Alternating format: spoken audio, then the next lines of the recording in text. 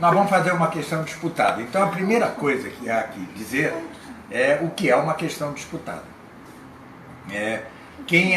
A questão disputada pode ser escrita ou oral. Naturalmente, sendo oral, tem uma vivacidade, conquanto não possamos reproduzir aqui as condições ideais de uma questão disputada. Uma questão disputada na Idade Média, no século XIII, supunha que a determinação fosse dada por um doutor autorizado pela Igreja. Aqui não há nenhum doutor, nem ninguém autorizado pela Igreja. Mas vamos traçar uma breve história do que é a questão disputada. Na verdade, a questão disputada começa com Aristóteles. Quando Aristóteles, em sua metafísica, diz que não é possível soltar se se desconhece a atadura, não é possível soltar, resolver um assunto se se desconhece o nó que implica. Ele estava desenvolvendo um método socrático, elevando a um ponto mais alto, e o que ele chama atadura é o que chamaremos aqui objeção, certo? Sim. Ou argumento contrário, ou objeção, como se queira, né? Mas qual é o princípio da disputatio, ou disputa, ou disputação? O princípio é que para que se resolva cientificamente um problema, é preciso conhecer tudo o que dificulta a solução desse problema. A ciência é um conhecimento certo, perfeito e atual necessário suas causas. Mas, enquanto houver dificuldades, enquanto houver obstáculos, enquanto houver ataduras, enquanto houver objeções, a solução não se chega a isso. Se será, como diz Aristóteles, como um cego, que às vezes chega a algum lugar e não sabe que chegou. Certo? Pois bem, então, começamos de verdade a disputar essa liberdade de Sócrates. Aristóteles está desenvolve também, né? E a escolástica vai formalizá-la, né? A partir do sic et non, ou seja, o sim e não de Pedro Lombardo, Pedro Abelardo. Isso vai se desenvolvendo até que chegamos ao ápice com Santo Tomás de Aquino. Repita-se que a questão disputada era antes uma disputa oral feita em âmbito universitário, cuja determinação, cuja palavra final, a determinatio, era dada por um doutor da Igreja, um mestre da Igreja, no caso, o Santo Tomás de Aquino, São Boaventura, ou algum professor das universidades medievais do século XIII. Pois bem, e como se constrói uma questão disputada? Da seguinte maneira: propõe-se um problema. Se o limbo existe. Este é o problema. De início, você há que dizer que parece que não existe. Certo? Você vai propor algo contrário àquilo que você vai determinar. Depois apresenta uma série, mais ou menos longa, de objeções ou de argumentos que reforçam a opinião de que o limbo não existe. Passadas essas objeções, era costume, especialmente em Santo Tomás, usar algo chamado sed contra, ou seja, mais contrariamente, mais contra. É uma espécie de argumento de autoridade que introduzia a resposta do próprio Santo Tomás. A resposta central, o chamado corpus da questão disputada, do artigo disputado. Pois bem, nesse corpus, nessa resposta, nessa responsio, dá-se a doutrina sobre aquele ponto. Né? Tem de ser magistral, tem de ser definitiva, tem de ser cabal, é uma determinatio, é uma determinação, e pronto. E terminada esta resposta central, que é o corpo do artigo ou questão disputada, passa-se a responder a um, daqueles argumentos que foram postos contra a doutrina defendida no corpus. Um a um. Né? São os chamados AD. Né? E ao final, se necessário for, ainda se corrige de certa maneira aquele mesmo sed contra que foi foi posto ali para introduzir a resposta central da coisa. Pois bem, é o que vamos tentar fazer aqui meio informalmente, né? Com respeito ao limbo.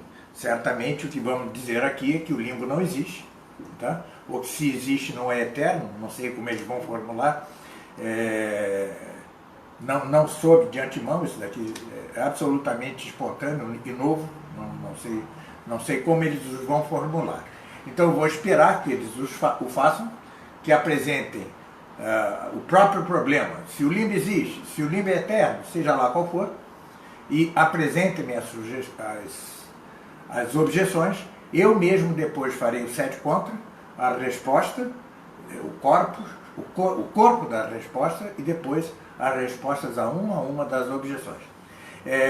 Normalmente quem lê uma questão disputada, a maior dificuldade que se interpõe entre a questão disputada e o leitor é a memória, porque como lembrar que aquela resposta é a objeção 1, ou 2 ou 3, né?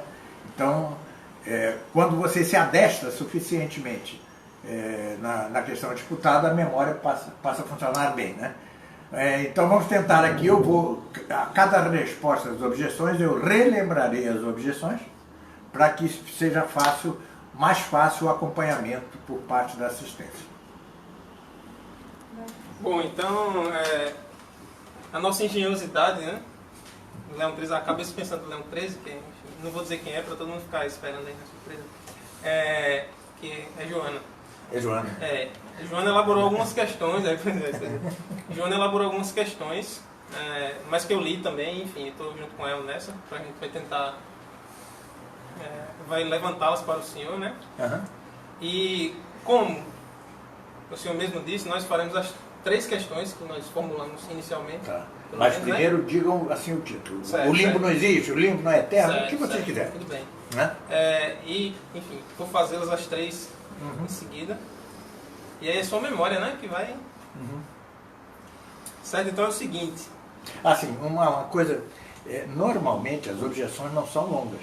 Elas têm que ser o mais sintéticas possível, porque uma objeção demasiado longa costuma ser um sorites. Sorites é uma sucessão de silogismos que acaba impedindo a resposta no âmbito de uma questão disputada, né? Então tentem ser o mais breve possível.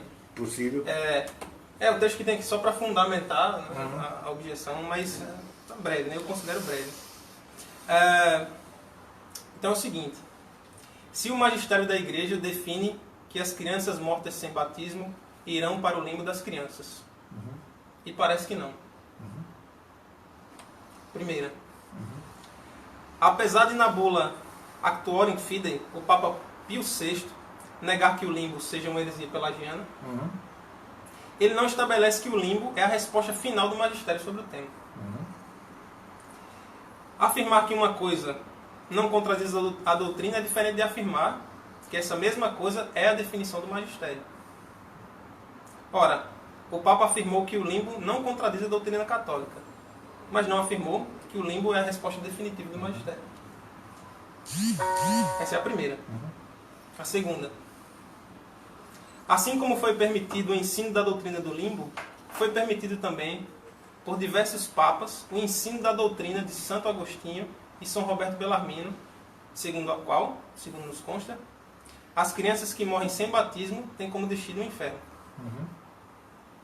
Se esse ensino foi permitido, então não constitui heresia, o que implica que doutrinas diferentes da do limbo têm sido historicamente aceitas como possivelmente verdadeiras pelo magistério. E a terceira: o Catecismo da Igreja Católica afirma que, quanto às crianças que morrem sem batismo, a Igreja não pode senão confiá-las à misericórdia divina. De fato, a grande misericórdia de Deus, eu sigo citando o Catecismo, quer que todos os homens se salvem e cheguem ao conhecimento da verdade. Tudo isso, todo esse substrato bíblico e teológico, nos permitem esperar que haja um caminho de salvação para as crianças que morrem sem batismo. Ora, se o catecismo espera que haja um caminho de salvação possível para essas crianças, então não se pode afirmar que o magistério afirmou taxativamente, definitivamente, que o limbo é o destino eterno das crianças. A hipótese do batismo extraordinário, portanto, não fere a doutrina católica. Então, são essas três questões. Bom, vou dar o chamado sede contra, né? O sede contra é que Pio Sisto V, na Constituição de 1588, define dogmaticamente, define extraordinariamente, infalivelmente, ao modo extraordinário e infalível, que as crianças abortadas não terão a visão beatífica de modo algum. Isso é definição dogmática, em geral passada por cima pelos que querem contestar o limbo, né? Então, isto é o que nós temos de formulação infalível e extraordinária. As crianças, os fetos abortados, não terão a visão beatífica. Ponto. Tá? Nessa Constituição ele trata especificamente do aborto. Tá? Bom, então vamos começar. E vamos ao corpus da resposta. A primeira coisa é que a doutrina certa da Igreja, a doutrina infalível da Igreja, que aquele que não morra sem o batismo de água ou sem o batismo de desejo, não pode ter a visão beatífica. Isto está em Trento. Isto está, por exemplo, eu voltarei a isso, está no Catecismo de São Pio X, onde ele se pergunta por que a pressa em batizar uma criança, porque se ela não for batizada e morrer, não terá a visão beatífica. Bom, quanto ao que diz Pio VI, né, o que é preciso entender é que Pio VI ali não permite uma coisa. Geralmente os que são contra a ideia do limbo deformam essa palavra do Papa Pio VI. Por quê? O que o Papa Pio VI faz ali é relembrar alguns lugares teológicos e algumas réguas ou regras da fé. A fé tem 3 regras, 2 remotas, a saber, as Escrituras e a tradição, e uma próxima, que é o magistério infalível, extraordinário ou ordinário. Né? Essas são as regras da fé. O que ele faz ali não é senão lembrar um dos pontos da tradição, que não pode ser infringido, e que foi reafirmado pelo Concílio Vaticano I e por Leão XIII na encíclica Providentíssimos Deus. O que foi consentimento unânime dos padres não pode ser infringido. Santo Tomás, repetidamente na Suma Teológica, ele volta a dizer, mas isso os padres foram unânimes. É o chamado lugar teológico, né? O lugar teológico que nós não podemos ir contra. Por exemplo, eu dou um exemplo bem fora do assunto. Hoje sabemos que os corpos celestes não têm por motor os anjos. Tá? Isso se sabe fisicamente, cosmologicamente. Mas os padres da Igreja afirmaram que toda e qualquer coisa sensível do mundo sensível tem um anjo por regente. Pronto. Isso é preciso aceitar e depois nos cabe conciliar isto com os dados cosmológicos. Certo? É só um exemplo muito, aliás, bem distante do que se trata aqui. Mas a mesma coisa. Sempre, desde os evangelhos, desde sempre, sabe-se que sem o batismo de água ou sem o batismo de desejo não se vai. Não se alcança a beatitude.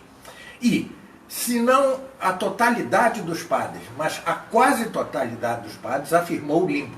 O limbo não é uma invenção de Santo Tomás de Aquino. Definitivamente não é. Então nós temos alguns marcos, algumas balizas do magistério e algumas balizas do magistério que, conquanto de fato não decretou extraordinariamente que o limbo existe, né? Ele relembrou 2 coisas. Primeiro, dogmaticamente, infalivelmente, ele diz que não vai ao céu, não terá a visão beatífica sem o batismo. Pronto. E depois lembrou que a tradição dos padres, a tradição patrística é um lugar teológico que não pode ser infringido. Não é só que ele rejeitou a acusação do conciliábulo de Pistoia de que aquilo seria herético, a defesa do Lima. Não é só isso. Ele relembrou que esta é uma opinião, se não unânime, quase unânime dos padres. E isso não pode ser infringido, isso não podemos dar as costas a isso. Porque senão nós desprezamos, desdenhamos uma das regras remotas da fé, que é a tradição. E o chamado consentimento unânime dos padres é parte da tradição. É um exemplo negativo. Os padres nunca se entenderam quanto aos dias da criação. Foram 7. Agostinho dizia que foi 1. Ou seja, cada um dizia uma coisa. Santo Tomás não diz nada. Né? Não diz nada. Então, aí somos livres. Eu, particularmente, creio que o universo se formou em zilhões de anos. Né? Essa é a minha opinião. E eu tenho todo o direito de opinar. Mas há um dado mais, é que além do consentimento unânime dos padres, além da tradição, além do magistério da igreja, existe São Tomás de Aquino, que é o doutor comum da igreja. Ele não é um mais. Ele é o doutor comum da igreja. E se o magistério não se pôs contra o que ele disse, como se pôs no caso da Imaculada Conceição, em princípio é a ele que devemos remeter-nos. E isso está dito por vários papas, por Leão XIII, está dito por Pio X, está dito por Pio XI, está dito por Pio XII. Certo? Então, por vários ângulos, o limbo é de crer. Tá certo? Mas, atenção, é de fé que nenhum feto, nenhuma criança chegue à beatitude sem o batismo. Como a criança não pode ter o batismo de desejo, porque ainda não chegou à idade da razão, restar-lhe-ia o batismo de água. Se não há o batismo de água, ele não terá a beatitude. Ponto 1 da resposta. Ponto 2 da resposta, vamos ao cerne da questão, segundo o mesmo Santo Tomás de Aquino.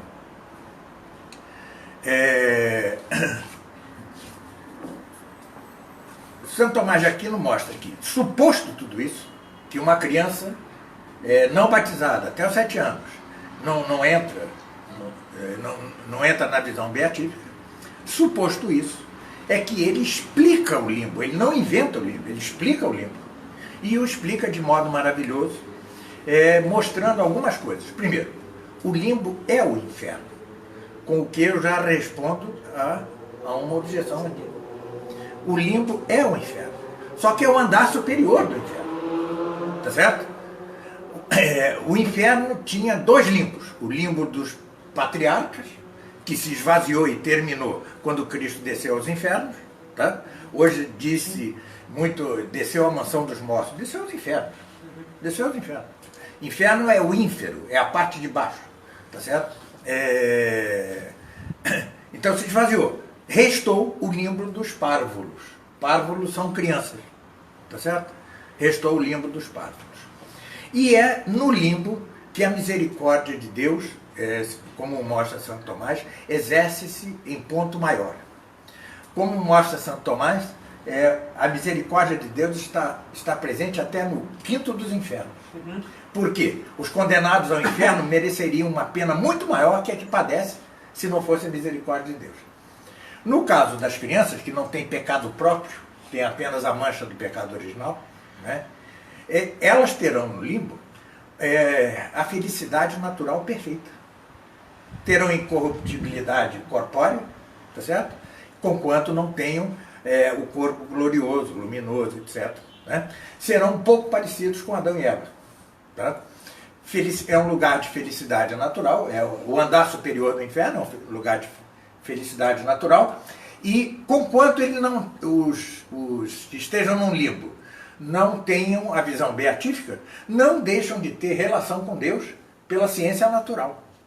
Tá certo? Relembremos que Aristóteles dizia que a vida feliz é a bios theoretikos, ou seja, é a vida teorética ou contemplativa.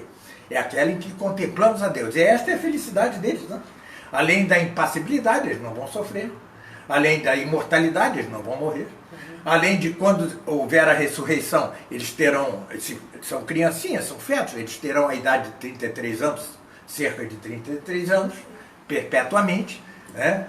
E é um lugar de felicidade natural, em que, segundo Santo Tomás, resta apenas certa melancolia por não terem a visão beatífica de Deus. Tá certo? Essa melancolia, sim, mas vamos pensar agora algo que nem sequer Santo Tomás disse. Imaginemos essas crianças que morrem antes da idade da razão, ou abortadas, ou com 3, 4, 6 anos. Imaginemos-las, né, passando a idade da razão. Quem nos assegura que elas não vão para o inferno? Tá certo? Será que não se vê que aí está a mesma misericórdia de Deus? Ela dá a essas pessoas a possibilidade de ir para um lugar de felicidade natural, quando, se elas vivessem por si mesmas, poderiam ir para um lugar de condenação eterna. Nós não sabemos o que seria, obviamente não sabemos. Mas é obviamente uma misericórdia suma de Deus que essas crianças vão para um lugar de felicidade eterna e natural. Né? Não são exatamente como Adão e Eva, mas tem semelhanças com Adão e Eva. Né?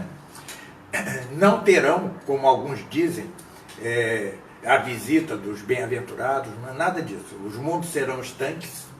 Os bem-aventurados é que conhecerão os do limbo, mas o inverso não é verdadeiro. Tá? Porque os bem-aventurados conhecem a Deus por essência.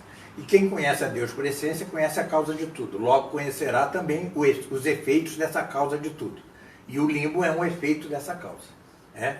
Então, só para terminar, a resistência à ideia do limbo parece-me sentimentaloide. Sentimentaloide. Deus tem dupla face, digamos. Por um lado, ele é misericórdia, por outro, ele é justiça. Então, no limbo, ele exerce as duas coisas. A justiça, porque ele mesmo decretou que não se chegaria ao céu sem o batismo, tá certo?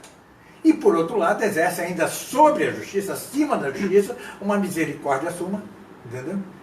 Sem imaginar que essas pessoas, se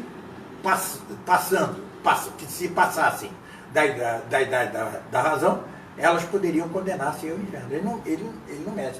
É análoga à misericórdia de Deus, que faz um bebê batizado ir para o céu, sem mérito algum. Essas crianças que vão para o limbo vão sem mérito algum, né? Tá certo? Não tem mérito nenhum, zero. É dom gratuitíssimo de Deus, tá certo? Então, parece-me algo sentimentaloide. É recente essa... Quer dizer, sempre houve a reação ao limbo por conciliábulos como de Pistoia, que não foi um concílio, foi um conciliábulo. E, infelizmente, nos últimos decênios, voltou esta resistência ao limbo. Parece-me, assim, que o limbo é uma questão de aceitar plenamente, tá certo? Repito as razões. Primeiro, porque é de fé que ninguém sem batismo de água de desejo alcança a beatitude. Primeiro. Segundo, que é da tradição o limbo. Terceiro, que Santo Tomás o afirma. São 3 lugares teológicos fortíssimos que conjuntamente afirmam o limbo. Agora, que é verdade que nunca houve uma declaração infalível, extraordinária, nem sequer ordinária quanto ao limbo, né? Ou seja, não houve nem infalibilidade ao modo ordinário, também é verdade. Né? Mas nós somos católicos ou não? Se o somos dóceis. E se somos dóceis, seguimos as regras múltiplas da fé, o melhor possível, e os chamados lugares teológicos. Recomendo que se leia sobre isso as definições sob anátema do Concílio Vaticano I e a magnífica encíclica chamada Providentissimus Deus, de Leão XIII, onde ele não fala do limbo, mas ele mostra os caminhos por que devemos crer no limbo. Uma última coisa é que, conquanto eu acabo de dizer o que disse, nós não podemos ir muito além do limbo, do que eu disse sobre o limbo. Por quê? Porque os mesmos grandes doutores nunca foram muito além, tá certo? Seria uma temeridade nós ficarmos a especular aqui, né? Como é o limbo, e aí eles vão dormir, não vão, entendeu? Vão comer, não vão? Não sabemos, não sabemos. Devemos aprender de Santo Tomás a parcimônia quanto a coisas que só conheceremos efetivamente quando tivermos e se tivermos a visão beatífica. Bom, tá?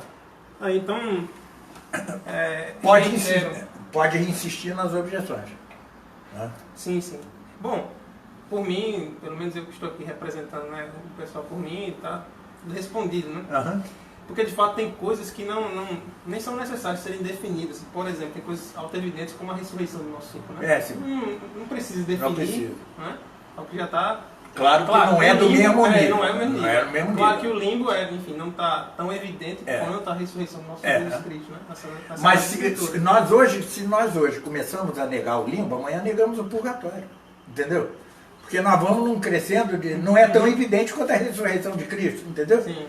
E nós vamos encurralando a tradição e reduzindo a quase nada, né? Bom, desculpe-me. Não, tudo bem. Então, uma última coisa que o senhor falou sobre a questão da eternidade, né, do limbo. Uhum. Né? E, bom, pelo menos eu não... Acho que o senhor poderia esclarecer melhor, né? Porque essa questão do próprio inferno, né, da eternidade do inferno, é algo que também deixa as almas mais suscetíveis, arrepiadas. Pois é, mas... Se você falasse um pouco. É para arrepiar mesmo. Sim, para arrepiar mesmo, né? Não é o lugar para... Eu defendo a doutrina da predestinação tomista, né?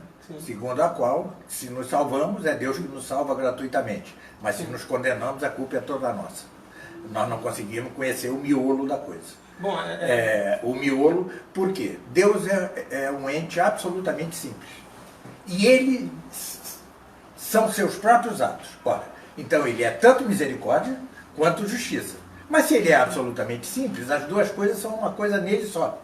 E nós não conseguimos pensar em algo simples, porque nosso intelecto não é preparado para isso. Por isso é que não conhecemos a essência de Deus.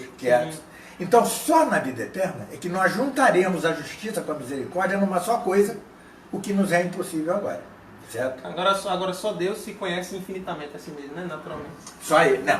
Não, veja bem, esse é um assunto muito mais complexo, sim. Porque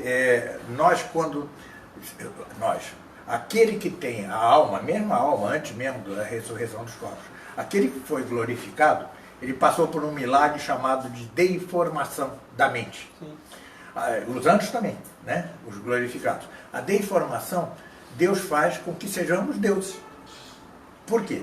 Porque o conheceremos por essência, e sua essência é infinita. Mas é mais ou menos assim, olha. Imaginem-se que diante de uma tela de computador ou de televisão esteja alguém com a visão perfeita e alguém com a visão ruim. Estarão os dois vendo a mesma coisa, não estarão? Mas o com a visão perfeita verá perfeitamente a mesma coisa que o outro que vê imperfeitamente. Então Deus é o que tem a visão perfeita. Sim. E abaixo dele vem Nossa Senhora, e vem aí, tem uma gradação, e você verá, sempre entre aspas, né? Você verá tão melhor quanto maior haja sido sua caridade na terra. Sim. Por isso é que Nossa Senhora está no topo, porque ela é a própria caridade, né? Tá certo? Então, aquele condenado à morte, que se salvou no último instante, um pecador, ele está lá embaixo, né? A não ser que ele tenha tido condição perfeita, mas vai estar lá embaixo, né? Entendeu? Vai ser um míope, olhando Tá certo isso? Sim, bom, sim. Quanto à eternidade, é porque aí é preciso entender o que é a história dos homens, né? Os anjos, não sei se eu estou me estendendo demais. Não, pode ir. Tá bem? Na verdade, de certa forma, o senhor até já respondeu, porque o senhor disse que o limbo é um inferno. Ele é um inferno. E o inferno é eterno. Ele é eterno. Então já está respondido, né, de certa forma. Mas então, os anjos, eles não têm história, propriamente dita, né? Então, bastou um não servirei lá do anjo para que ele se tornasse demônio, não teve tempo de remissão, de redenção, nem nada, né? Nós somos entes diacrônicos, históricos. Então, não só a história como um todo nos serve para redimir-nos, senão que cada vida nossa é uma história de redenção ou de condenação, né? Tá certo? Mas terminado isso, a história acaba. Acaba. Nós já seremos como Deus, nós seremos como anjos, como diz. Nós teremos um corpo sutilíssimo, nós teremos um corpo que servirá completamente a nossa alma e que ele estará ali antes para restaurar a unidade perdida, né? E para relembrar o que nós fomos. Então, por exemplo, é um lugar comum da tradição dizer que os mártires nascerão com as chagas de seu martírio, né? Renascerão, assim como Cristo tem os estigmas, né? Tá certo? Então é uma espécie de lembrança, né? Mas você conhecerá a Deus como ele mesmo se conhece, assim, ó. Muita gente pensa que a beatitude é assim, um dia eu conheço um pouquinho de Deus, outro dia eu conheço. Não, é num ato só. E assim como ele se fica a mirar a si mesmo perpetuamente, já se conhecendo integralmente, assim também nós. Dentro das limitações que segundo a nossa caridade, tá certo? E segundo que nós não somos Deus, então ele é quem tem a visão perfeita de si mesmo, né? Mas tanto ele como nós e os anjos teremos todos a mesma visão. É ele por essência, tá certo? E esse é a misericórdia da misericórdia. Mas também o inferno é eterno e, portanto, o limbo, tá certo? Sim. Tudo ao final dos tempos, veja o termo, o fim dos tempos. O fim dos tempos acabou-se o tempo, é outra coisa que nós vamos viver. Haverá novos céus e novas terras, né? Então é outra coisa. Então, os dois estágios, ou seja, o céu e o inferno serão eternos. E a pena será eterna e a felicidade será eterna. E como demonstração da misericórdia suma de Deus, temos o limbo ali na fronteira. Bom, então, pode perguntar. Professor, no meu ponto de vista, seria bom a gente aprofundar um pouco em relação à terceira objeção, que é a passagem do catecismo, né? Não, relembra cada objeção que eu vou. Né? Sim, a terceira, né? Porque as duas ele respondeu mesmo. Eu já respondi, mas não querem que eu responda de novo, não? Não precisa, né? As duas primeiras eu considero. Eu considero respondidas. Vamos à terceira. Bom, o catecismo da igreja afirma que quando as crianças morrem sem batismo, a igreja não pode senão confiá-las à misericórdia de Deus. Como faz no rito do funeral. De fato, a grande misericórdia de Deus quer que todos os homens se salvem. E a ternura de Jesus para com as crianças que o levou a dizer: deixai vir a minhas criancinhas. Tudo isso nos permite esperar que haja um caminho de salvação para as crianças que morrem sem batismo. Né? Então é essa questão. Ou seja, logo não se pode afirmar que o magistério várias coisas, né? Se o catecismo, você está falando do último catecismo, sim, naturalmente. Sim. Pois o catecismo de São Pio X diz o contrário disso. Aí eu já não posso resolver esse problema. Tá certo? Eu acho que o peso da balança está para lá, né? O catecismo de São Pio X acompanha 2000 anos de tradição, né? Tá certo? Aí eu já não posso falar, não vou me meter nisso. Bom, quanto à misericórdia, acabei de dizer que o limbo é a misericórdia. Há um caso em que crianças sem batismo podem salvar-se, se se trata de ódio fidei, de ódio da fé, como os santos inocentes. Tá certo? Os santos inocentes morreram em ódio da fé. O que não é o fato da mulher que aborta ali, entendeu? Ou seja, não está morrendo em ódio da fé, está morrendo em ódio da lei natural, sei lá de quê, entendeu? Ele não está com ódio de Deus, exatamente. Então há um caso de salvação que é o dos santos inocentes, que é canônico, né? Tá certo? Mas a misericórdia está dada. O que a gente tem de entender é que essas pessoas são felizes ali. Essa criança que morre, ela poderia ir para o inferno. Lembre-se disso, né? Vejam, a maioria, isso é uma coisa que podemos até outra vez tratar, a maioria das pessoas se condena. Né? A maioria das pessoas se condena. Isso não é doutrina também magisterial, mas é da tradição. Entendeu? E se funda em palavras de Cristo: a porta é estreita, muitos são chamados e poucos os eleitos. Pronto. Tá certo? A maioria se perde. E quanto mais o Estado é laico, mais se perde gente. É de imaginar que o Estado cristão, nele, as pessoas se salvem a maioria.